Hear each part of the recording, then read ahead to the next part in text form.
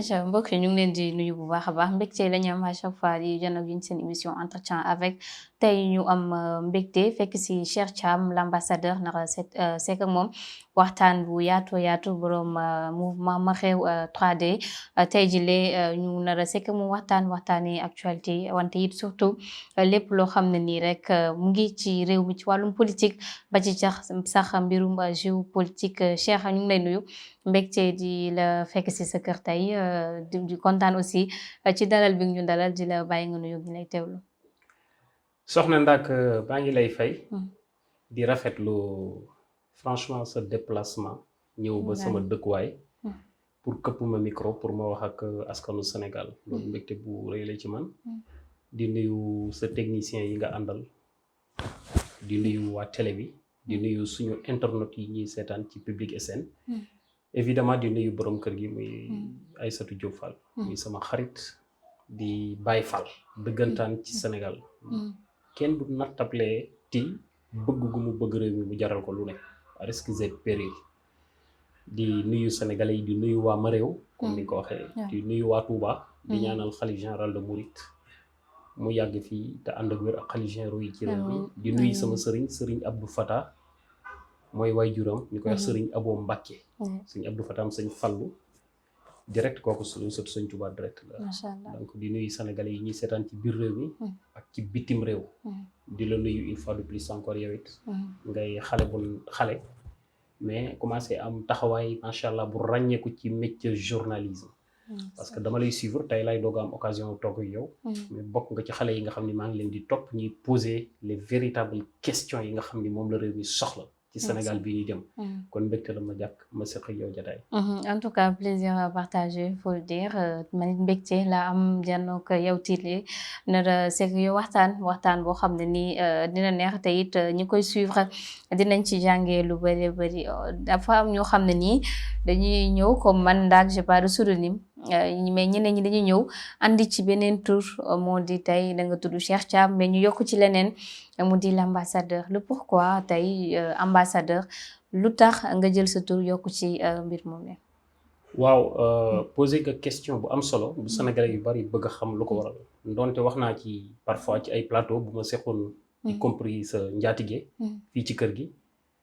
mais comme ñun ay ndaw lañ waxtaanu ndaw xam nga mën na gën a yànji daal effectivement en 2014 dama nekkoon ci benn réew bu ñuy wax Tchad bokkoon ci benn collectif boo xam ni moo dajale woon jeunes artisans yi nekk Tchad muy les danseurs les peintres les chorégraphes même les femmes tisserantes yi nga xam ne dañuy liggéey ci wàllu traditionnel ci affaire kii ak ñiy yatt ak ñiy fecc ak ñiy ñaw ma nekkoon chargé de communication collective bi suñu bureau siège bi mi ngi nekkoon centre culturel français bu N'Djamena mooy actuel l'UFT l'institut français actuel à l'époque noonu la tuddoon CCF ma nekkoon ku yoroon kaddu gi rek dama daan parfois di jël ay kaddu ñu may jox may wax mais ni ma daan waxee di def ay discours 45 à peut-être 50 minutes daw mu yor papier et moo taxoon mu tikkee directeur artistique bi tubaab la woon benn jour mu woo ma ci bureau ni ma Cheikh dama la soxla ma ñëw ci bureau man ak Ricardo mu ni ma Cheikh dama gis éloquencité bu nekk ci yow tuddoo lire après ma wax ko sama jaar-jaar affaire bi jaaxal ko nag bon ci la ni ma tu sais quoi ma ni quoi mu ni ma toi tu es une luciole et tu peux faire l'affaire ma ne ko quelle affaire mu ni ma tu peux être l'ambassadeur de la jeunesse africaine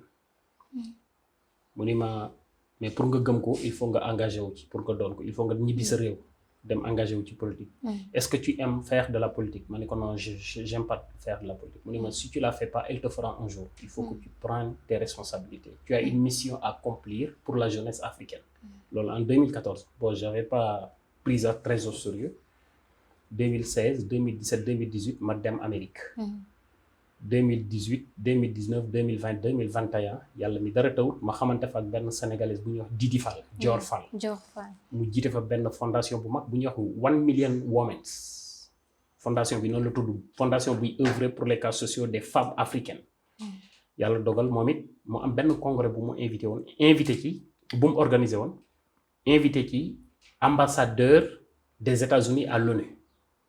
Ambassadeur des États-Unis à l'ONU. Oui, à l'époque. À l'époque. waa ji ñëw toog ci salle bi ñu jox ma micro. ma tenir un discours. waa ji tamit gis discours bi était très cohérent et j'avais pas de papier. mais comme moom France la servir lu yàgg. dégg na tubaab et tubaab laa doon def discours bi après ci la ma woo Didi ni ko kii mooy kan Didi explique ko sama parcours. en 2021 kooku tamit yóbbu ma biir Nations Unies ñu takkal ma grade ambassadeur de la jeunesse africaine pour la lutte contre les stupéfiants. mu coïncider. donc yóbbu ma l'ONU ma jël sama document dem taxaw ci pupitre Nations Unies. ci kanamu ay chef d'État ak yeneen organisation yi jëm ci wàllu loolu di ko défendre. donc ma yore mandat boobu noonu ci jeunesse africaine bi nekk biir États-Unis ma nekk ci leen waroon di xelal di leen saytuloo di leen ràññelloo lu war a jëm ci wàllu Sénébar. pendant ñaari at ma takk ndomba tànk boobu kon loolu lu ma topp loolu nekk ci man la bi ma demee nag muy duy ba fees ci man ba rembat ci laa ne noonu il faut ma jël samay responsabilité ñibbi sama réew engagé wu ci politique mais wan yoon jeunesse sénégalaise. wan yoon ci ñaari raison benn bi mooy li ëpp ci jeunesse sénégalaise réew mi préparé wu leen mais dañuy trouver ci ñàkk préparé gi benn zone de confort moo tax mënuñ ci génn. man dama ne noonu mën nañoo juddoo Touba yaroo fa màgg fa jaar ci ay daara bañ a jàng école peut-être nekk tailleur wala menuisier métallique mais am xel moo xam ne yàlla moo koy def ci yow ba di nga mën a bokk ci ñi am kàddu ci réew mi. donc en dehors de politicien bi voilà rôle ambassadeur bi c'est de tracer une voie. que ñëpp ñi nga xam ne am na intelligence bu yàlla def ci ñoom ñu mel ne man mën a fëgg seen bopp am déclic bi mu man leen a tax a jóg ñu jóg. li leen yàlla xelal ñu def ko ci réew mi mën na ne. d'accord ñu jox la tur boobee di turu ambassadeur d'ailleurs nga koy woyee aussi ndaxte gis nañ sortie bu bëree bëri tey ndax jàppoo ne yow liggéey bi nga xam ne ni ci nga engagé woon atteindre say objectifs ndax du nekk lu jafe. effectivement question bi pertinente na dina jafe d'autant plus que dañu nekk ci réew moo xam ni vocation première. bi suñu leader yi suñu njiit yi su ma nee njiit mooy ci wàllu politique ak ci wàllu diine waroon a am mooy vers une sensibilisation d'une conscientisation de la jeunesse de ce pays parce que jeunesse bi ñooy mujjee nekk ay mag soo xoolee réew bi presque juróom-ñaar fukki sénégalais yooyu jël ay xale lañ mais dañuy yàgg dund ci benn système d'abrutissement de d'hypnotisation de zombification que on a tout le temps une jeunesse inapte. donc loolu moo tax ma xam ni dina metti et dina metti évidemment parce que Sénégal ni ñu ko tëggee dafa am ay mbir yu fasantikoo yu fi am question bi nga laaj sax xamu ko metti gi muy gën a metti ci man par rapport ak beneen leader politique ci réew mi man dafa am ñetti yoo xam ne ay obstacle la dama ko am te benn Moussa Diakhaté mën na ko bañ am beneen politicien mën na ko am benn bu njëkk man sama position géographique dafa nécessité ma doubler plus d'efforts pour tekki dara ci politique ci réew mi d'abord Touba laa juddoo sama position familiale dafa ma obligé ma war a fournir plus d'efforts pour tekki dara ci réew mi ndax ab géwal la loolu la ma Sénégal imposé juddoo Touba gi mooy obstacle bi mooy damaa judd ci réew moo xam ne dëkk boo xam ni dañ leen nàmpatal tàggat leen ci toppe ci wàllu politique maanaam pour dëkk Touba tudd Cheikh sant Thiam nekk leader tekki dara ci biir Sénégal tu fais deux obstacles d'abord mooy réew dëkk bi nga dëkk duñ la mës a gëm parce que loolu la ñu xam beneen ñi la fi war a propulser nga xam ne mooy oligarchie bi duñ la mës a gëm parce que bokkoo ak ñoom peut-être noo leen tudd dañuy ragal nga ravir leen la vedette moo tax ça va être très compliqué mais je dois faire plus d'efforts pour leur convaincre quand les situations pareilles se présentent début bi duñ la gëm mooy ay nit buñ juddoo yaru màgg ci toppe nga judd ci seen biir jékki-jékki rek rëcc di woote duñ la gaaw a gëm c'est pas parce que yow la ñuy weddi mais ñoom seen bopp la ñuy weddi parce que gëmuñu seen bopp xamuñu ko moo tax yow boo ñëwee da nga leen di choquer mais au fil du temps ngay forcer ci yoon bi bu demee ba leer dañuy jékki-jékki rek màbb ci sa kaw parce que dañuy gëm ni mën na nekk loolu benn obstacle la bi ci des comme ni ma la ko waxee ma judd ci askan boo xam ne muy askanu géwal entre guillemets ci biir Sénégal moo ma ko imposé dañ koy caster mu indi ay jafe-jafe yoo xam ni ñoom it ci seen bopp mooy li ñu Sénégal proposé ci ku war a wax ñu dégg ko depuis les millénaires mais Sénégal ak système yi ci am dafa fasantikoo ba dañu ravir la vedette maanaam ñun dañoo war a toppe ci wàllu wépp waruñoo tekki dara bu dee ci diine ab géwal dafa war a toppe bu dee ci politique ab géwal dafa war a toppe donc boo génnee ci seen biir di woote da nga leen di choqué ñoom it ma am intérêt pour convaincre leen. beneen bi ci des dëkk bi ma dëkk Touba. par rapport ak ñi nga xam ne ñooy wane nit ci biir Sénégal. muy les médias du Sénégal soit les journalistes. les techniciens les chroniqueurs les syndicalistes les penseurs les chercheurs les universitaires dañuy ragal ku dëkk Touba di wax lu doxul ci moom ci Sénégal parce que Touba dayoog Touba moo toll noonu soo dëkkee Sénégal di wax li ñàkk a ñokk ci Sénégal mën ngaa wax bu Koupentoum wax bu Gossas mais boo dëkkee Touba waroo wax yow sa bos télé yi attanu guñu ko seen audience loolu obstacle lay doon ci man. comment comprendre nga li may expliquer moo waral yenn soi-disant émissions yi nga xam ne jàpp nañu képp ku am lumière ci réew mi ñoo la ko war a jox doo ma fa gaaw a gis. parce que obstacle boobu yow yaa bëggut a dem wala. am na ci yoo xam ni maa bëggul a dem. am na ci yoo xam ni je suis censuré pas censuré d'une manière négative mais d'une manière comme li ma la wax ay bulle la yoo xam ni il faut nga toj ko maintenant c'est à moi de fournir plus d'efforts pour ma dem toog ci seen jataay waxtaan ak ñoom sera une obligation qui s'imposera en eux. Donc ce sont mes efforts qui doivent me donner cela, c'est pourquoi effectivement wax nga dëgg ba nekk ni koo xam ni damay bari ay obstacles. D'accord ba am nga sànq lu yëkkati débat boo xam ne nii c'est un peu banalisé au Sénégal. balaa ñoo ñëw ci sa parti on a l'habitude de dire que ne diw lii la diw lee la. maanaam kaste les familles kaste ñuy dund lu doy waar diw tëgg la diw ñeeño la diw maanaam fii la dëkk tukulóor la waruñu jiite ñu dem ba tey séeréer warta jiite tukulóor warta jiite séeréer géwél warta jiite tëgg loolu ndax jotul idéologie sénégalais idéologie daal di changer ñu jàll ci leneen. non effectivement loolu xam nga Sénégal rek la amul feneen ci àdduna bi donte bu amee du nekk loo xam ni sur la place publique dafay feeñ parce que bon soo demee aux États-Unis dina am ay famille bourgeoises am na ay familles yoo xam ni c'est des moins respectés et tout mais la gestion publique ce qui est conféré dans la République loolu ñëpp ko bokk donc Sénégal gëm naa ni dinañ ci génn mais génn bi mooy li ma la wax il faudrait une éducation parfaite ñu jàngal nit ñi instruire leen yar leen ci cohésion sociale cohésion nationale et l'amour de la patrie loolu rek moo mën a am nit ñi doog a am benn égalité bi sinon li nga wax dafa nekk lu compliqué boo xoolee daanaka série bi gën a dox ci réew mi sax ci yooyu lay wax yu mel noonu jàpp naa ne avec le temps dina changer ñun it am nañ ci rôle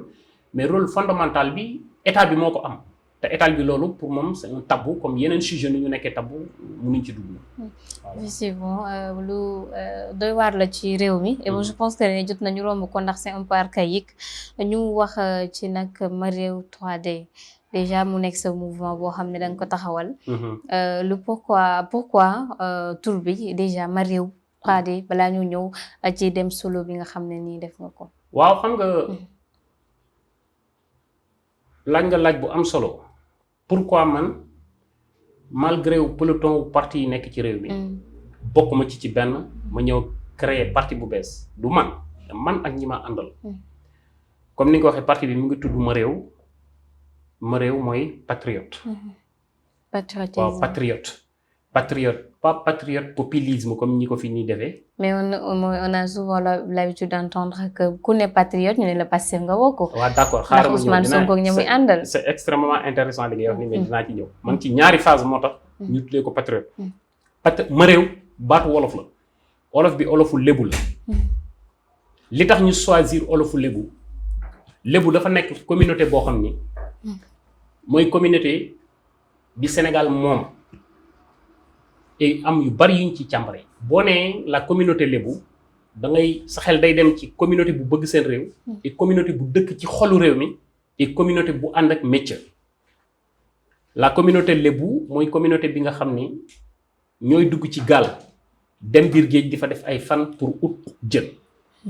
ñu yor mbal wala ñu sànni mbal gi génn ci tefes gi di ko xëcc ñu koy woowee mbalaaw loolu jom ak fulla ak fayda moo ak détermination moo koy indi moo waral suñu slogan ñun ñuy wax 3D bi mu ngi tekki dëggu dogu mooy indi mbàllaaw ci tefes et la communauté lébu boo jëlee tuuti ci diine li nga ci am sa xel day dem ci confrérie Layène ni ñu symboliser woo muy la confrérie la plus organisée au Sénégal seeni événement religieuse doo xamee ku sant Njaay ak ku sant Jóob ak ku sant Jenn doo xàmmee milliardaire bi ak yorul dara le fait que ñuy solo ñoom lépp lu weex pour bañ a am distinction même ci seeni discours religieux ci seen événements religieux yi discours cohésion nationale discours buy porté vers réveil des consciences et vers le développement ci la ñuy wax et la communauté lébu ñoo moom Ndakaaru mais xëccoowuñu ko utal ko titre foncier dañu bàyyi ñëpp ñëw ñu bokk dëkk ci réew mi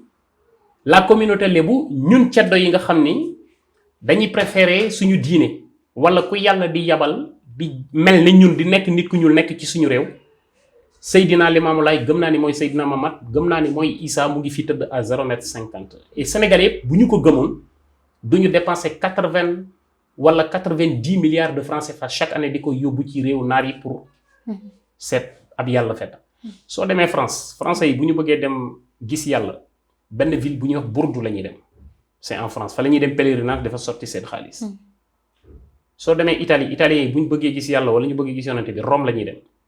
di jël seeni milliards di ko fa sotti boo demee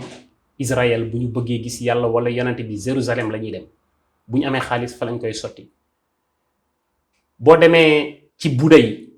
ci Dalai Lama Tibet la ñuy dem jël fa seen xaalis sotti ko fa arabe yi suñ bëggee gis yàlla wala yonante bi Makka la ñuy dem jël seen xaalis sotti ko fa mais pourquoi pas ñun africains yi parce que yàlla doomu aadama yëpp la respecté te jàpp naa nit ku ñuul la njëkk a sàkk donc moo tax ma gëm ni Seydina Limamou Laye mooy représenté Seydina Mamad mooy représenté Jésus Christ donc loolu bari na yu mbir yu dajaloo ñu jël ma réew def ko baatu lébu d'accord voilà donc loolu benn côté la beneen côté bi question bi nga posé est-ce que du patriote comme patriote Ousmane Sonko ndax non gis nañ les jeunes d'aujourd'hui soo waxee ñu ne la patriote la nga ne lu tax ñu ne mu sell mi laa gëm patriote le mot patriote waa Sonko waa kër Sonko yi dañ ko xam ne xamuñu lan mooy signification bi donc c'est quoi patriote exactement patriote mooy koo xam ne day dee ngir réew c'est ça un patriote le mot patriote mu ngi jógee ci ku ñuy wax Louis-Joseph Papineau 1815 un Canadien ñu koy à l'époque mi ngi tuddoon le parti des Canadiens parti politique la 1815 Amérique da doon tenté envahir Canada am Canadiens yu bari baykat yeeg sàmmkat yeeg nappkat yépp jël arme pour ñu jàkkaarloog Amérique ñu xeex ba loolu amul bi mu paree moom mu changé turu parti bi tuddee ko les patriotes le parti des patriotes ñi bokkoon ci guerre bi doon bañ Amérique envahir Canada ñëw engagé wu ci biir parti bi loolu moo indi le mot patriote bon après dans les années 45 Hitler jël na ko xam nga populiser ko ni patriote mooy ku xam ni réewam jaral na ko dee loolu mooy mot patriote donc man patriote populisme bi gars yi nekkuñ ci ñoom xamuñu sax signification lan mooy mot patriote et d'où ça vient donc ñun nous sommes des vrais patriotes moo tax mais utiliser wuñu mot tubaab bi ñoom dañoo jël moo wolof tuddee ko ma réew tout court loolu moom mooy objectif bi d'ailleurs dafa am leneen loo xam ne donc nee na yéen ay patriote ngeen wante yéen da ngeen parti solo maa ngi la koy wax sànq moo di demoo aligné wu ak kenn y a beaucoup de partis au Sénégal front yu bees yi taxaw nañ FDR taxaw na force alternative taxaw na yeneen ak yeneen y a des mouvements yoo xam ne ni en amplifier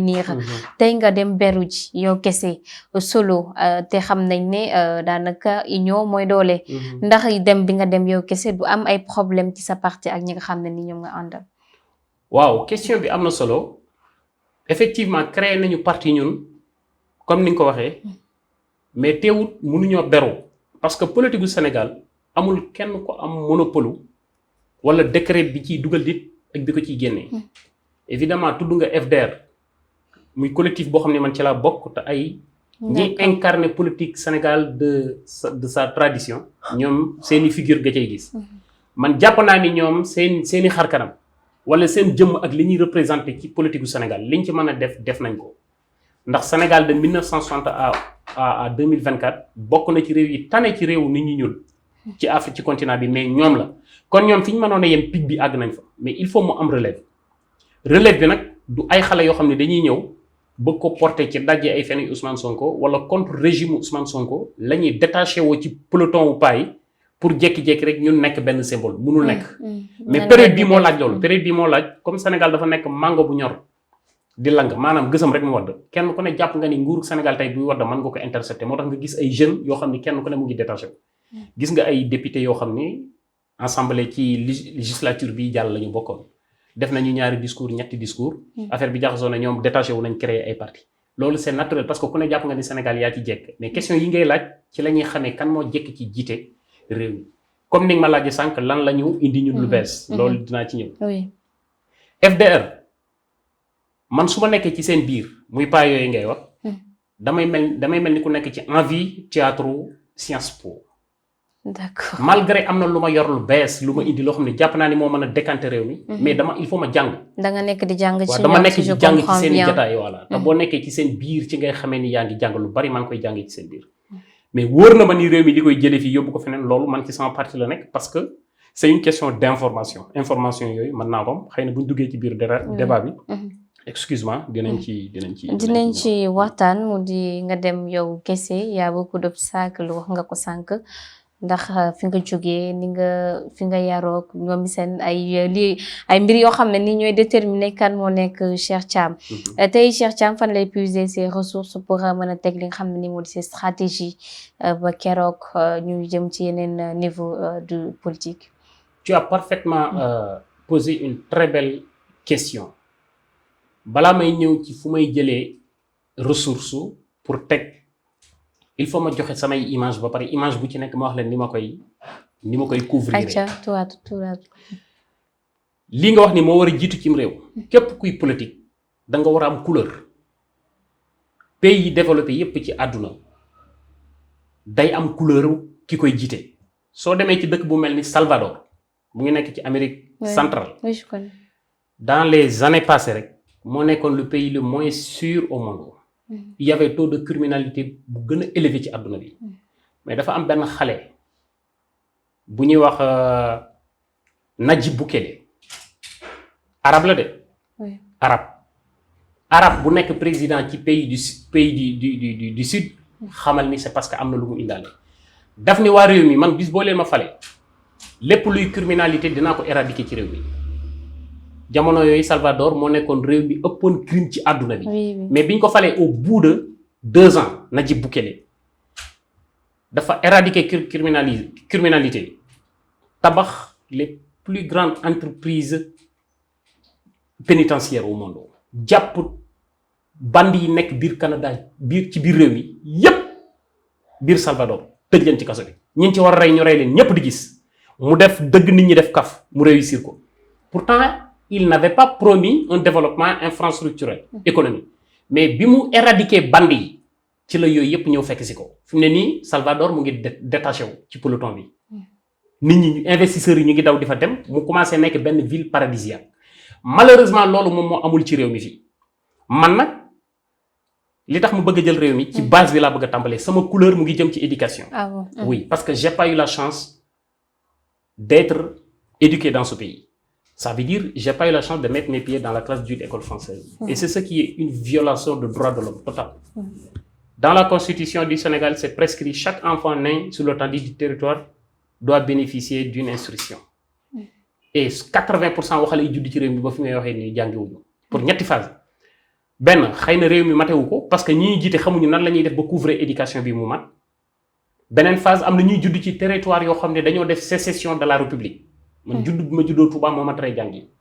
am na ñoo xam ne tey ñu ngi juddoo Médina Gounass mënuñoo jàngi.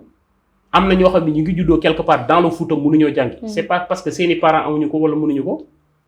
c'est des territoires yoo xam ne ay doomu aadama ñoo ko téye. d'accord ñoom ñoo am privilège lu fay xew di fa xew te la fay xew arrangé wu réew mais ñoom arrangé na leen ñu accroché wu ci bëgg ñu ko bàyyi. et néew ma dañ leen koy forcer pour loolu am mais état war na indi ay consensus ak ay réformes yoo xam ne dañuy xam ni c'est l'intérêt de la nation ñu suuxat ndaw ñi pour ñu mën a def ci seen bopp yi lu amal njariñ réew mi loolu lu may régler la beneen bi ci des. mais ndax dina nekk lu yomb aussi. oui loo gis ci àdduna mënees na ko régler parce que ñi ngi koy seqal waxtaan la laaj te waxtaan bi information yi nga leen war a jox moo leen di gën a rassurer te dañ koy nangu loolu la suñu leader yi amul. beneen bi ci des man ñun ma réew bu ñu jëlee réew mi képp ku juddoo ci réew mi ak foo mën a juddoo ci biir Sénégal di nga dem jàngi instruction dinañ la tabax ci école boo xam dina def ci sama xel nooy mën a nale sam xel ba njariñ li ci nekk di amal njariñ réew mi boo màggee comme ni muy amee ci réew yu baax yi tout le temps dama koy wax ma ne tey boo demee aux États-Unis ou en France ngay sénégalaise nga am fa doom xale bi bu juddoo ci biir hôpital bi dina am ñaari agent yoo xam ni ñu ngi leen di wooyee agent national de la protection et la sécurité de l'enfance xale bi su juddoo dañuy laaj waajur yi est-ce que xale bi mën ngeen koo yor soo leen ko mënta yor réew mi ci boppam moo koy jëlal boppam yóbbu ko yoral ko boppam soo leen ko mënta yor wala am na fu mu dëkk te amu leen ay moyens nguur gi ci boppam mooy jël benn carte jox ko xale bi carte de la protection de layette de l'enfant nga xam ne xale bi couche ak biberon ak sëralak ak li muy lekk réew mi moo koy yoral boppam dafa fekk ne ñu njëkk a judd ci réew ma tabax nañ seen xel ba ñu mën ko faa def ba réew mi mën a joxe loolu. nga laaj yu am solo nag fan laay jëlee xaalis bu ma koy defee. les ressources yi nga xam émission yi may def parfois dañ may laaj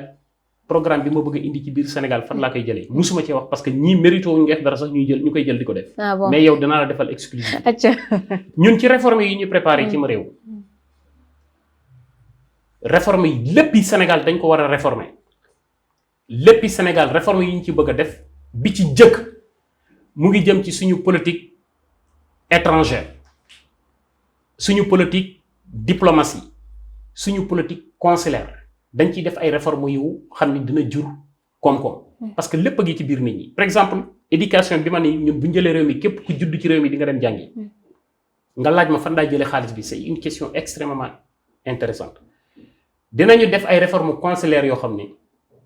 Sénégal day créer ci suñu biir programme képp ku ko def nag ñun ñoo ko moom benn quittance bu ñuy woowee quittance nationale boo xam ne dañ koy jaay ci suñu frontières yi frontière terrestre aérienne et maritime est-ce que xam nga ñaata nit ñooy dugg biir Sénégal di génn sénégalais comme étranger c'est des millions de doomu aadama par mois et quittance bu ci nekk bu dee sénégalais la moo dugg wala mu génn da ngay fay 10 000 francs sénégalais bu nekk sooy dugg ci réew mi di nga fay 10 000 sooy génn réew mi di nga fay 10 000 bu dee tubaab yi la tubaab buy dugg ci réew mi di nga fay 20 000 francs booy génn réew mi di nga fay 20 000 francs bu dee suñu sous-région bi la muy Afrique de l'Ouest 15 000 francs lay doon bu dee waa Afrique centrale avec le reste de l'Afrique nga xam ne bokkuñu zone bu ñu nekk ñooñu 20 000 ñoo tubaab yi ñoo yem 20 000 francs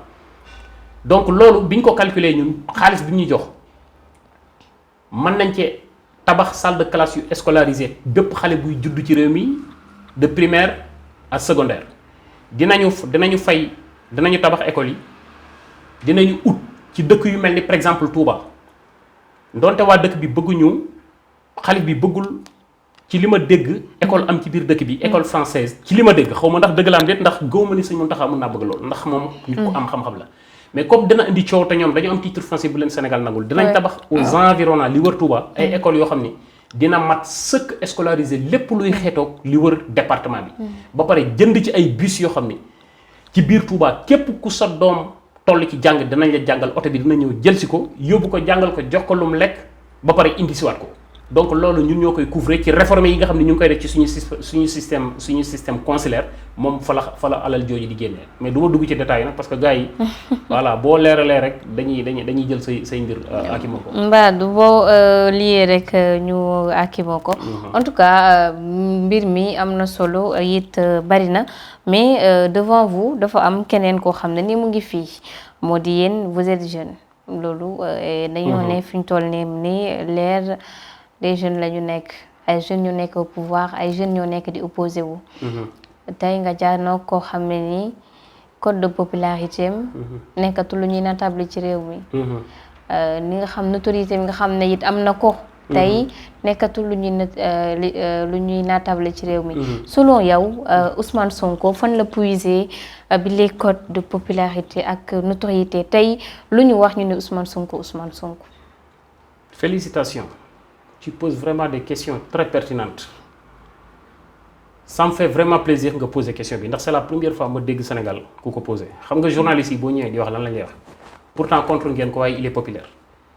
Le rôle d'un journaliste c'est de poser le pourquoi. Pourquoi Ousmane Sonko il est populaire.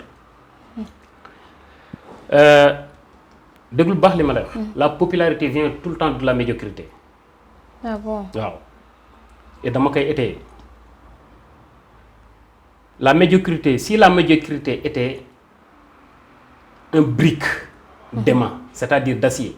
il est obligé qu'il soit entouré avec des graviers de fer. Ce qui fait que Ousmane Sonko soit entouré avec la jeunesse sénégalaise. La popularité de Ousmane Sonko est le véritable témoignage de la gravité de l'ignorance ou une jeunesse que le Sénégal produit. C'est vrai, il est très populaire, mais ce n'est pas tout ce qui est populaire qui est vrai ou qui est original. Dinaa la nettali benn histoire tey. ñu ngi lay déglu bu baax. Barki Dembo Ndiaye am na benn course mbaam bu am ci réew mi. yaa ngi koy seetaan. course mbaam. Ahmed waaw booy Ahmed. Ahmed Ndiaye. Ahmed Ndiaye. xam nga course bi c'était des centaines de xale. instant bii nii xam nga moo ci gën a populaire. xam nga lu tax mu populaire. lu tax. c'est parce que moom bokku doon ci course bi. moom xale la buy taxawale ci mbedd mi yorum mbaamam Sénégal préparé wu ko defu ko dara c'est-à-dire booy yi nga xam ni ñoom ñoo bokkoon ci course bi ñoom ñëpp dañ leen doon laaj ay notes moom amu ko mu dem changer turam joxe turu jàmbur mais na mu détaché woo ca peloton ba moo tax journalistes yi daw àkk ko moo tax mu gën cee populaire te pourtant il est moins original ci peloton ba mais moo ci gën a populaire donc tout est venu naturellement. c'est venu naturellement moo tax dama lay jox beneen exemple dafa am benn portrait bu rafet benn jigéen bu ñuy wax Mona Lisa italienne la benn portrait xam naa xamoo ko li may wax nii 1911 dans le musée de France dafa am benn dessinateur bu dessiné woon benn jigéen portrait bu rafet ndaw si tudd Mona Lisa mu dégg concours fu ñuy déposer ay tableau mu ñëw jël ndaare ci concours bi ci tableau bi mu yore mais néanmoins bi mu déggee ñu ni waa France ñu ngi recruter ay tableau mu dem jaay ko waa France jël tableau bi yóbbu ko le musée de France tableau bi yàgg fa lool comme yeneen tableau yi rek il était le moins important benn jour un vitrier kuy nettoyer musée bi ñiy nettoyer musée bi ku ñuy wax Dimitri Perugia un vitrier la mu sàcc tableau bi mu ko sàccee yóbbu ko këram dugal ko ci suufu ralalam ñu ñëw gis place bi vide ñu woo leen ñoom ñëpp enquête leen kenn nangu ko wax ni yaa ko jël journalistes yi jot ci en France la police jot ci ñu ubbi benn enquête mais enquête bi la médiocrité de l'enquête qui a rendu célèbre le tableau pendant 2 ans médias yépp di ci wax Mona Lisa la mais tableau bi mi ngi tudd la Japon pendant 2 ans Europe gépp police italienne police espagnole police française ñëpp di wër enquête tableau bi mënuñu ko gis. pourquoi nga ne médiocrité enquête bi moo tax tableau bi. exactement parce que dañ ko populariser. et enquête bi li ko médiocre loo mooy ñoom dañoo jàpp ni ñi pauvre rek ñoo war a sàcc tableau bi moo tax pauvre bu ñu gis ngay dox ci mbedd mi ñoo war a jàpp la di la enquête loolu mooy médiocrité wu enquête bi mu dem ba tableau bi taux augmenté ñu def 2 ans. Perugia moom ci boppam mi ko sàccoon génn ko ci waxandeen indi ko ni leen mën naa ko sàccoon tey mooy œuvre d'art le plus cher au monde mu ngi musée de Paris boo demee dañ ko ber ci tableau yi mooy la Joconde boo demee na nga ko bind Mona Lisa c'est la médiocrité qui l'a rendu célèbre li muy jar tey moo ëpp budget wu Sénégal tout ce qui est médiocre est populaire mais ce n'est pas tout ce qui est populaire qui est vrai am na benn bindkat bu ne l'intelligence amène souvent son porteur à l'isolement, car voir au-delà de l'évidence est une expérience solitaire. réew mi fii médiocrité terrain la boo xam ni dafa confortable pour ku bëgg la def ay effort di xalaat.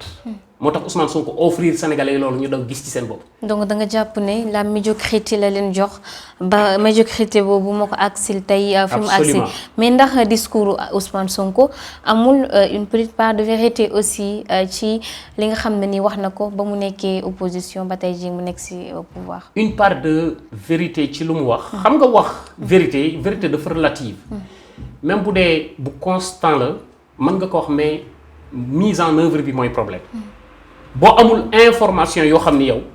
vérité bi ngay wax ci ay conséquences lay taxaw il serait très difficile nga def mise en œuvre bi par contre fii on n'a pas besoin de dire des vérités on a besoin de faire des vérités mooy taxaw ci cause lan moo indi désagrément yi nga xam ne suñu réew mi ngi koy dund mooy sous-développement bi dafa am ay cause et cause yooyu mooy li ma la limal ci éducation bi lan moo tax mënul tàllalu loolu nag la gars yi amul information yi voilà. mais yow tey selon Cheikh Thiam le pourquoi Pastef n'arrive pas à développer le pays lu tax tey ku nekk mu ngi toog fam nga toog sa koo ne Pastef ils sont incompétents lu tax nga ne ñoom du ñu defar réew mi ci lan ngeen sukkandiku yéen ñi nga xam ne ni yéen a faxee ci opposition bi ak ñenn ñi nga xam ne ni ànduñu ak ñoom. non xam nga du caaginu Pastef. bu doon Pastef rek laay wax ni du ñu defar réew mi damay dem dugg APR. mais APR li ñu mën a def wax naa la ko fi Sénégal war a mën a yem ci développement ci naataange ci ay pont la yem ci ay infrastructure sécurité sociale li ci Macky Sall def amul benn président bu ko def ci Afrique nit ku ñuul mais man loolu xeeb naa ko je veux mieux moo tax ma ñëw apporter plus man plus bi ma apporter mooy je veux que le Sénégal soit une république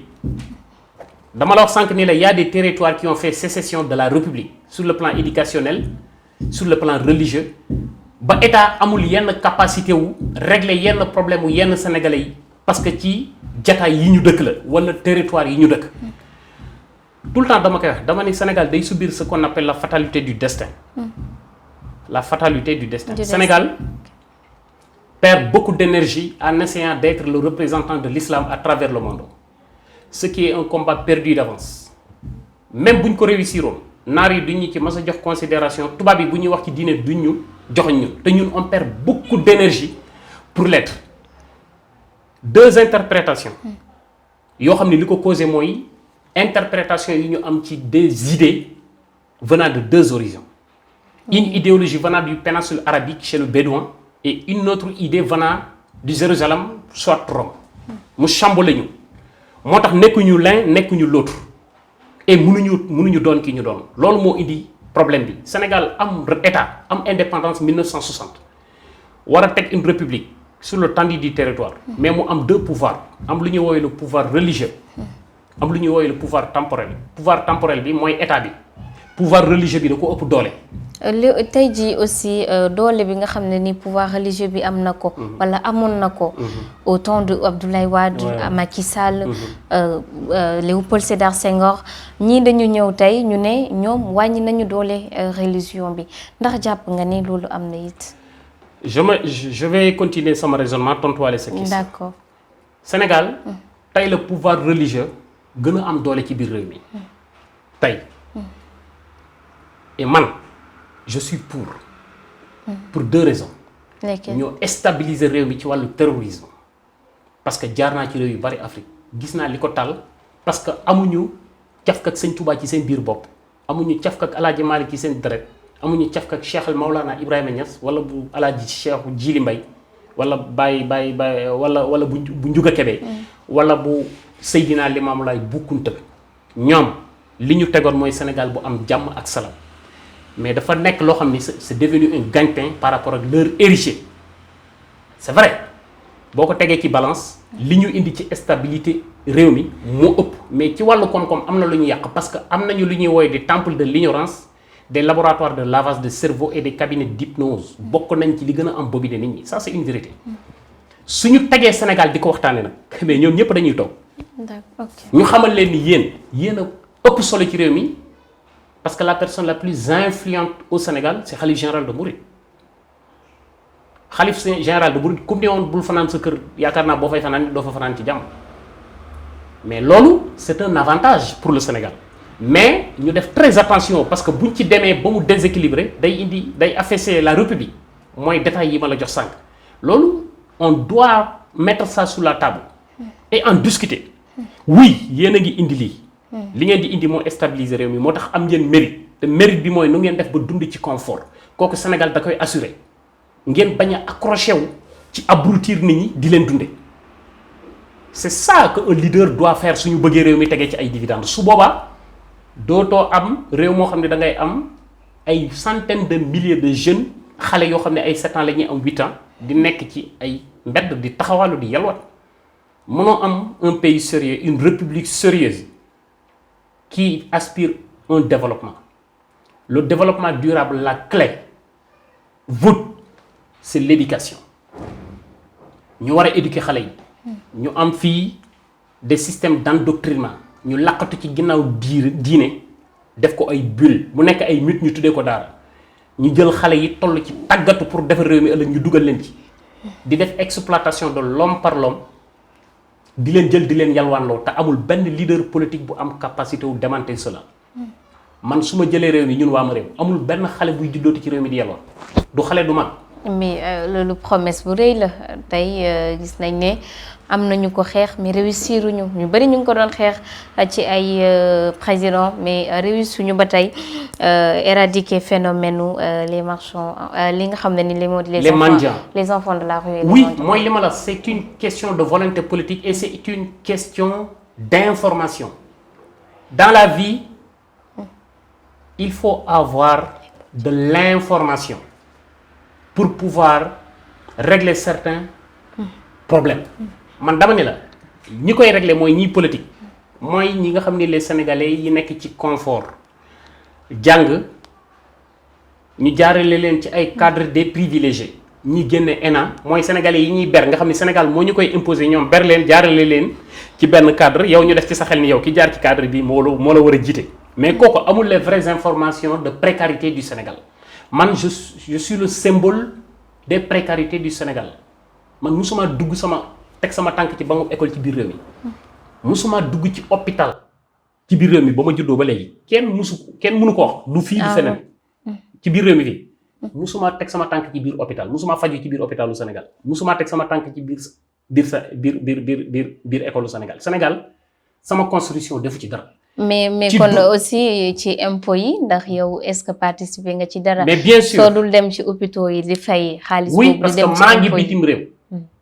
sama dund gu ñàkk a jóg moo tax ngelaw li di ma xëy dund gu gën gi amoon sama réew ma teel ko topp ca ba may ndaw moom la ñuy woowee aventure c'est le vent qui m'a tiré di ma xeeñ Burkina su ma demee mu gën maa xeeñ gu gën a neex Togo bu ma demee mu gën maa xeeñ gu gën a neex Bénin ainsi de suite ba ma wër àdduna bi ma demee ba gis ni réew yi ñëw li ko defar ay nit la du ñu ay extraterrestres du ñu ay martiens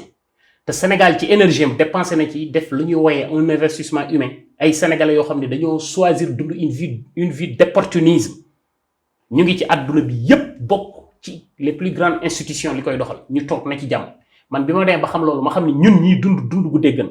benn groupe bu ndaw tey ñu di ñu dundee def ñu ñun benn brebis perdue laa jël samay responsabilité man yi il faudra que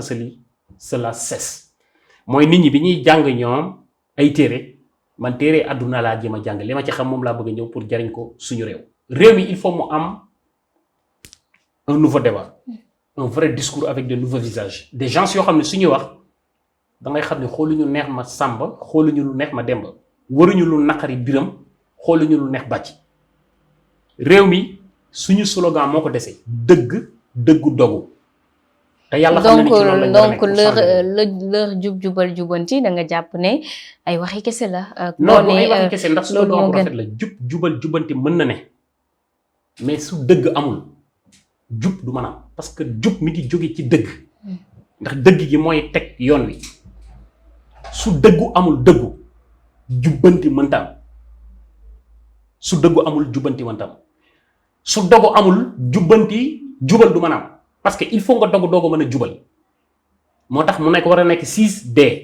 yu aligné ñun bu ñu ñëwee seen gos dañ koy jël mais day fekk ñu utiliser suñu yos ba pare ba teg Sénégal ci raay ba pare ñoom seen véritable réforme yi ma amoon yaakaar ci ñoom ni dinañ ko def mooy bu ñu ñëwee dinañ teg Sénégal ci dëgg teg Sénégal ci dëgg waxuma la ñi dëgg ba pare nga bëgg leen a jubbanti teg programme boo xam ni Sénégalu 20 ans dinañ am nit ku dëggu koo xam ni Sénégal da koy mooñ mu nekk nit ku mat fees dell ci xelam way dégg ci yaramam ba pare dëggu ci biir deretam su ko defee jubbanti saytu gi dana mën a ñàkk ndax nit ñi dañuy jub comme ni ko yeneen réew yi di defee. loolu am na solo tey Cheikh Pastef ak ñi mu àndal maanaam je parle de Ousmane Sonko ak tey ñi mu àndal ci ginnaawam président Bassirou Diomaye Faye président de l'Assemblée nationale di El Malick Ndiaye y a les autres ku ci mel ni Birame Souleye Diop bari nañ en tout cas mu nekk ay nit ñoo xam ne ni bari nañu ay discours yu ñuy def sur la toile ay discours yoo xam ne ni nee nañ peut-être mën na heurter les sensibilités sénégalais tey discours Pastef bi mu nekk discours boo xam ne nii des fois discours provocateur la des fois mu nekk discours pour se défendre ndax jàpp nga ne ñii pour mener à bien le pays moo tax ñu taxawee nii wala pour ñëw fayu ci li nga xam ne nii daloon na leen fi entre 2021 2024 ba tey 2025. Effectivement j'ai vraiment envie que ñu def émission de haute facture xam nga yow sa télé bi. dafa am lu ñuy woowee les sénégalais élite. l'élite sénégalaise. amul kenn ku ci bokk ci Pastef. benn sénégalais bu am dara ci biir boppam bokkul Pastef moo tax dañ leen di déglu. j'ai envie de me dévoiler aux Sénégalais. J'aurais préféré ñu def émission ba pare du ma tudd kenn ci ñuy jiite ci nguur gi mais dinaa ci ñëw. c'est une question d'ignorance. question d'ignorance. gis nga ignorance bu feesee ci jëmmi ci am réew. parfois da ngay dégg nit di wax par ignorance et il ignore que il est ignorant. Dans ses discours tu vois l'insolence, l'arrogance,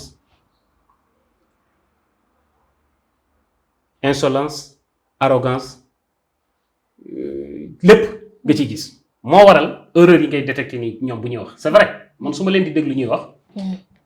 surtout le directeur général de la douane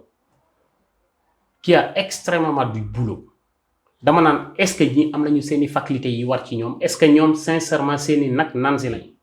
ma taxaw ci moom kooku ñu ngi ko dénk xolu Sénégal xol yaa ngi dégg li may expliquer ñu ngi koy dénk xolu Sénégal le poumon du Sénégal c'est le port autonome de Dakar mu nekk ci enjeu géopolitique dinañ ci dugg mais damay taxaw ci kawam yeneen port yi di xëccoo portu Sénégal ak yeneen réew yi nga xam ne daanaka ñoom dañuy bénéficier wu ci ñoom muy Mali ak Burkina Faso peut-être ak Niger ndax ñetti réew la yoo xam ne dañoo enclavé wu au moment où le directeur général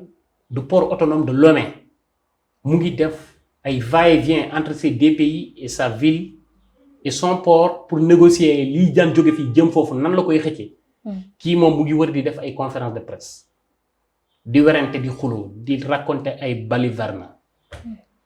c'est l'ignorance moo tax bëgguma taxaw ci seen i jëm individualité yi ne m'intéresse pas voilà parce que Sénégal mooy produit comparaison la ci ñi fi nekkoon ak ñi nga xam ne ni moom la ñu am su moment xëy na ñi fi nekkoon dañoo tanewoon parce que ñoo gën a am vécu yi ñoo ëpp lu ñu jàng mais ba tey ébranlé wuñu ma par rapport ak man li ma bëgg a proposer ak ñi ma àndal il y a des vrais Sénégalais partout dans le monde yoo xam ne Sénégal da leen di interpeller mu bari ci seen biir ay intellectuels ay techniciens de fait à un contexte bien donné wax naa ko dans les plus grandes institutions des Nations Unies ay Sénégalais ñoo koy jiite ñu ngi toog di déglu di xool ku détaché wu ci peloton wu médiocrité bi pour ñu ñëw ànd ak yow dama leen di jot parfois au téléphone te li ñu bëgg a xam ci man lépp duñ ko xamee ci téléphone bi. donc moo tax émission yu mel nii daf ñuy offrir occasion pour ñu. voilà ñu révéler wu au Sénégalais. effectivement li nga wax sànq am na solo moo di da ngay jokkoo ak ñoo xam ne nii ci plan de développement. ñoom mën nañu jàppale les Sénégalais donc da nga bëgg wax ne yow carnet d'adresse bi nga yor mënees nañu wax ne mu ëpp ñi fi nekk tey seen ay carnet d'adresse mën a déggee bu baax a baax ci sa carnet. non ñi fi nekkoon de 1960 à nos jours. jàpp naa ni li ñu waroon a def nañ ko. une fois de plus je veux pas cracher. ou clasher. non ñi fi nekk nii la. non dama naan li man de 1960. à nos jours. à nos jours ba tey jii. de 1960 à 2024. il y avait des politiciens.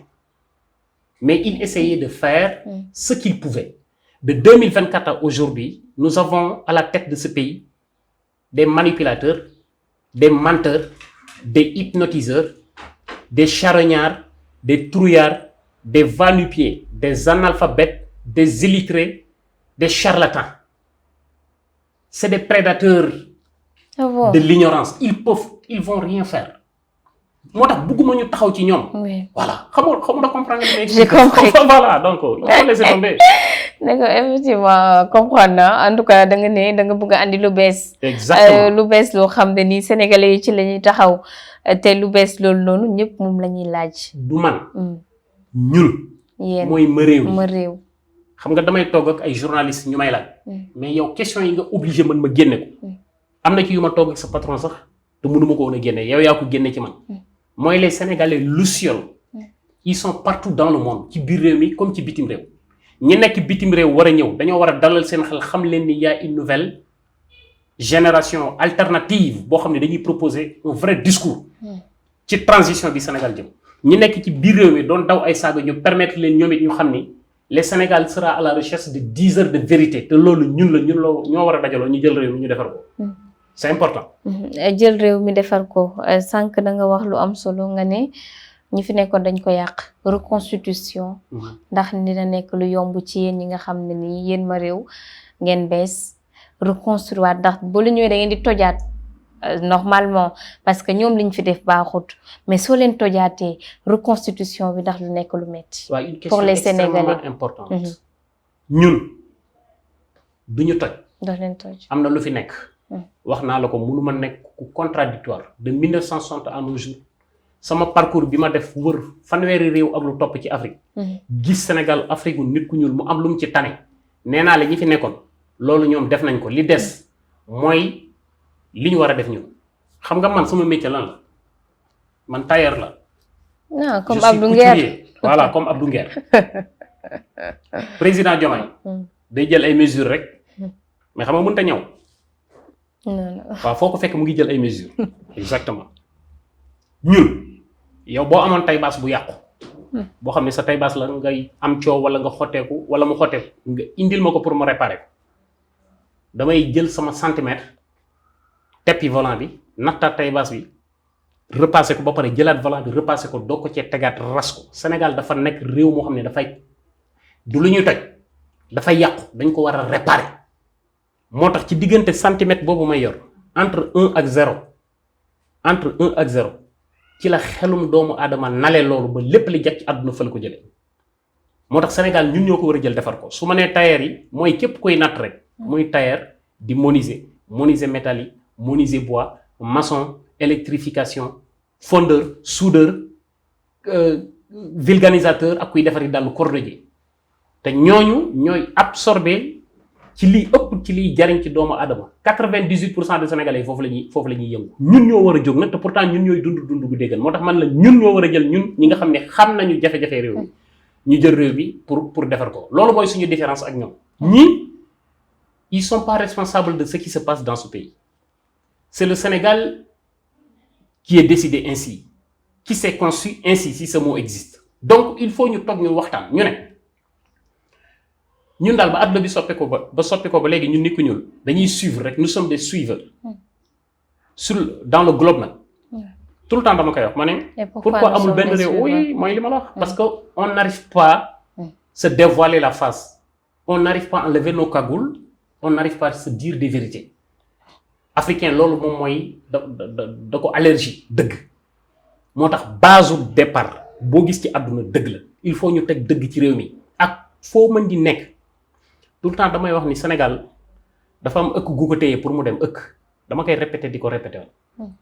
pour Sénégal dem il faut ëkk gi dañ te pour ëkk gi dañ il faut nga dagg reen yi téye ëkk yi te reen yooyu boo ci dagg di nga déclencher traumatisme benn groupe sénégalais ndax sénégalais bu nekk bokk nga ci groupe boo xam ne mu ngi def loo xam ni baaxul ci réew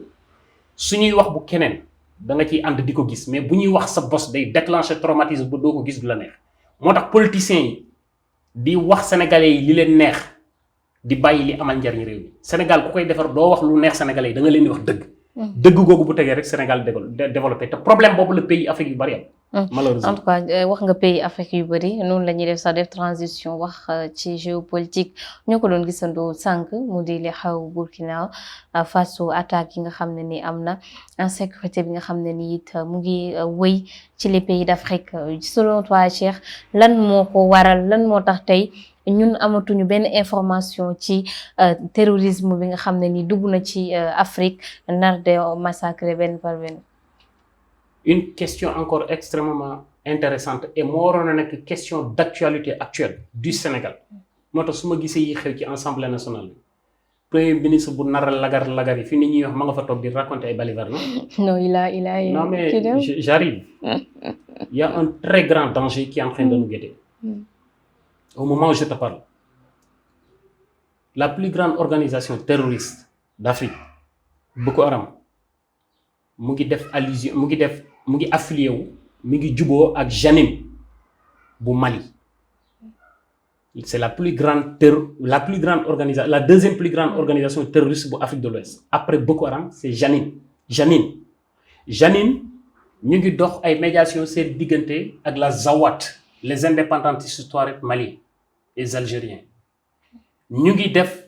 ay négociations envoyé ay émissaires yu dem gisi Al-Qaïda soutien aux musulmans noirs bu Burkina Faso yaa ngi gis ci France 24 5 massacres yi am ci Burkina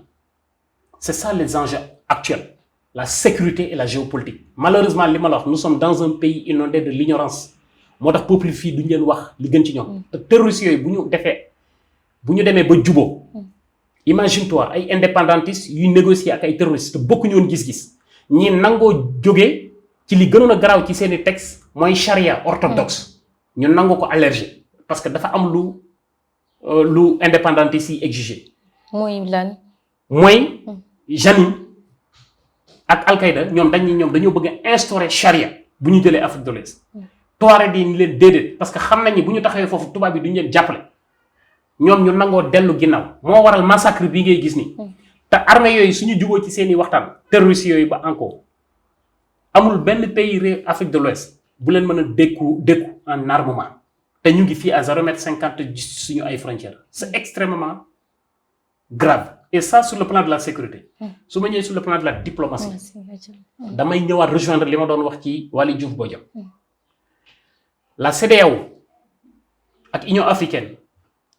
bi Mali ak Burkina Faso génnee ci CEDEAO dañoo xool sa réew mi ëpp taxawaay ci continent bi gën a am kàddu muy Sénégal ndoonte ki ko incarné woon ci jëmm dem na muy Macky Sall mais ñoom jàppoon nañu Sénégal gardé na leadership am ñu taamu ku ñuy wax Bassirou Diakhar Diomaye Faye di suñu président ñu ne ko demal nga waxtaan ak waa Mali ak waa Burkina Faso ak waa Niger fippu gi ñu fippu génn ci Afrique de l'Ouest du leen arrangé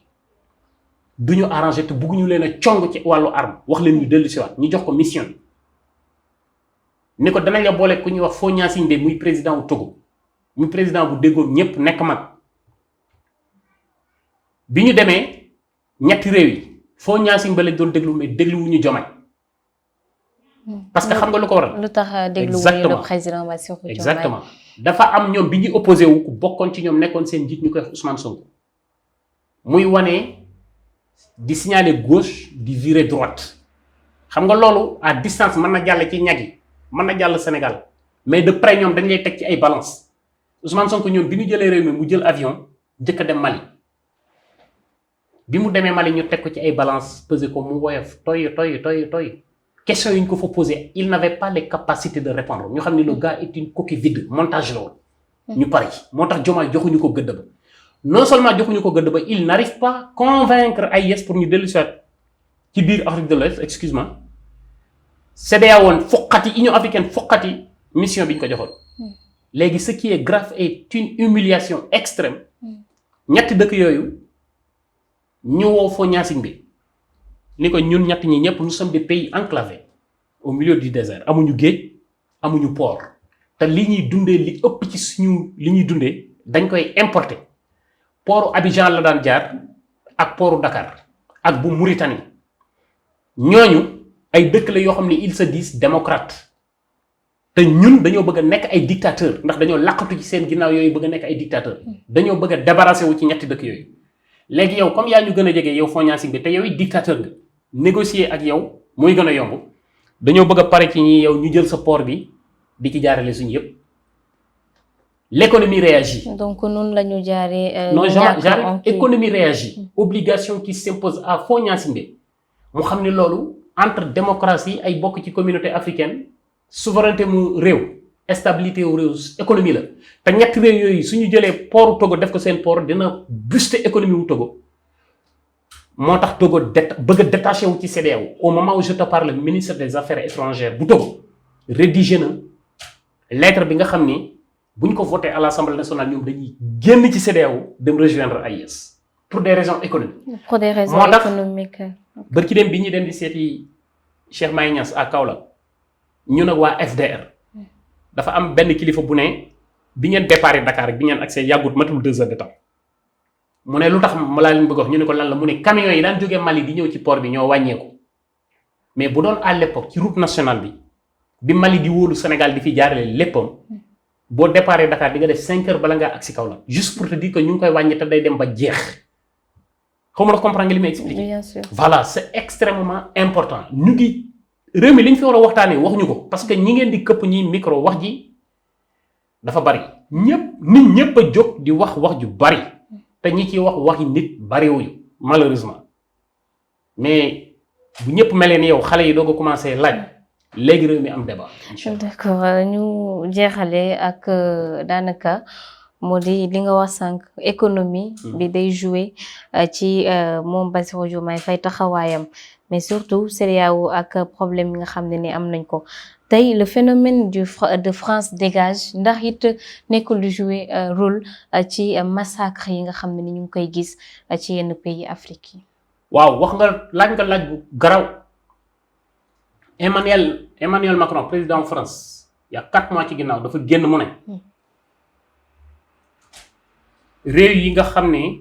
ñu ngi saaga France ci populisme boo xam ne ak ignorance su seeni jeunesse am nañ ko am ay leaders politiques yu génn ak ay activistes ak ay faux intellectuels di def ci bopp xale yi France dégage ndax ñun nit ku ñuul dañuy victimiser wu di jël suñu ay désordre di ko def motif collé ko ci ginnaaw France am ñu koy politiquer ndax xale yi loolu lañ bëgg a dégg mu ne réew yooyu li ñuy def nii waruñu ko woon a def ndax régime yu bari ci ñoom bu dul woon ak armée française la organisation bi fa France yónnee woon muy comité bi nga xam ne ñoo doon saytu Afrique de l'Ouest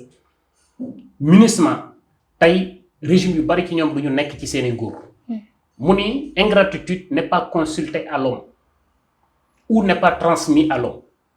mu ne ils auraient dû nous dire merci ils l'ont pas dit mais ils le diront avec le temps mu ne ñoom dañoo waroon wax sax merci waxuñu ko waaye danañ ñu ko wax avec le temps maanaam waxu Macron boobu noonu ba tey africains yi décortiqué wuñu ko pourquoi mais lan moo laqatu ci ginnaaw exactement mooy li ma la wax ni la organisation terroriste yi di organiser wu nii kan moo leen wax organiser wu leen ak kan moo leen nar a jàppale loolu question la bu may poser bi mu waxee loolu suñu premier ministre bi ni bu xet bind benn texte trop enfantin di jéem a attaqué te France lan doon wax Sénégal sax bokk ci ñoom ñu suivre logique bu populisme boobu ay France dégage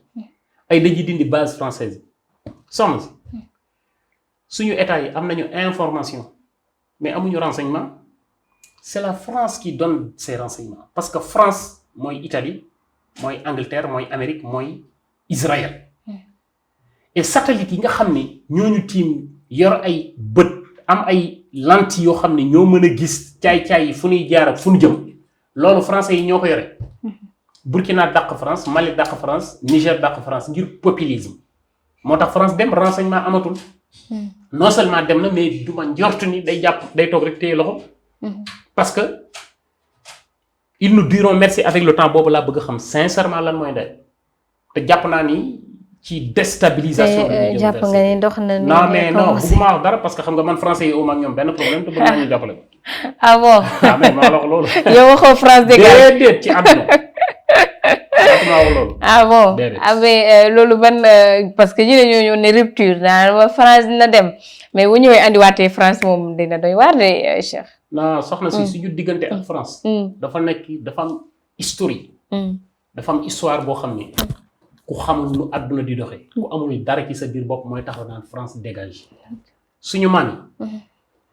ñoo maamu tubaab yi ñoo maase. mais maamu tubaab yi Christophe Colomb moo njëkk a defar gaal. di def li ñuy woowee expédition mooy dem di découvrir lu bees moom moo topp géej gi di ñëw ba fekk ñu ci suñu continent bi ñu ñëwee xam nga ñun nu suñu maam yi doon dundee comme ni gole yi doon dundee ci àll bi c'est la même chose gis nga les peuples Hadza bi nekk fii dans les cornes d'Afrique vers les Kenya mooy ñuy wax naan xam nga leen peuple Hadza gis nga li ñuy dundee moo ko xale yi la ñooñu suñuy mbokk lañ suñu maam yi noonu lañ doon dundee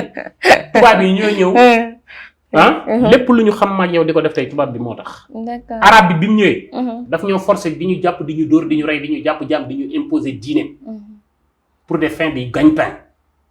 tubaab yi dañu am ak ñoom histoire lu yàggul dara. yaa ngi gis 2019 président Macky Sall dafa dem France di entamer lu ñuy woowee processus de la restitution du sabre de Cheikh Omar Foutiyou Tall en 2019. ci musée de Paris lañ dem ñu jox ko ne ko aal nañ la ko demal yóbbu ko Sénégal pour 2 ans. bi mu indee fii ci ginnaaw bi la ñu voté benn loi à l'Assemblée nationale pour entamer la restitution des œuvres d'art des Africains France yëkkati lu toll ci 33 millions d'euros jox ko Bénin ñu tabax le plus grand musée d'Afrique de l'Ouest yëkkati xaalis jox Macky Sall mu tabax fii le musée de la civilisation képp ku am musée ñu delloo la say mbir Bénin ñu restituer leen plus de 26 œuvres d'art yi nga xam ne seen maam yi ca jamono yi ñuy commencé di xarañte di defar di xalaat ci science di commencé defar lañ ko fa roñe woon dagg seen imagination ñu jox ñu caabi jaasi Cheikh Omar Foutiyou Tall bërki Dembo Ndiaye gisoo la communauté mouride ñu dem France jënd ay photos yoo xam ne dañ ko authentifié 6 ou 7 photos jël xaalis bu bari jënd ko photos yi Sëñ Touba tubaab yi ñoom ñoo ñu jaay photos yooyu photos yooyu xam nga fan la jóge ci ay image vidéo la ñu soustraire def ko ci papier ndax bi ñuy yóbbu photos yi ci machine ci ay laboratoire d'authentification papier bu bees la et image yooyu noonu est-ce que on est prêt à voir tout ce qui est là dedans jaasi Cheikh Omar Foutiyou Tall bi lan moo leen ci jotale loolu ku gàtt xel mooy jéem a provoquer ces gens là yeneen réew yi ay coup d'état la ñuy def ay attentats ay rébellions mais nous sommes le pays le plus instable au monde français yi bu ñu bëggoon a déstabiliser une fraction de seconde ñu rajaxe Sénégal te duñ fi sànni bombe duñ fi yónni nit duñ ñu jaxase ci suñu biir donc il faut arrêter monde bi tollatul foo xam da ngay gonfler la poitrine di wane ni yow man ngaa dem ak kii daf la doon nax ak déedéet il faut travailler ta tête il faut être intelligent c'est l'intelligence qui fait la différence et l'intelligence vient de l'imagination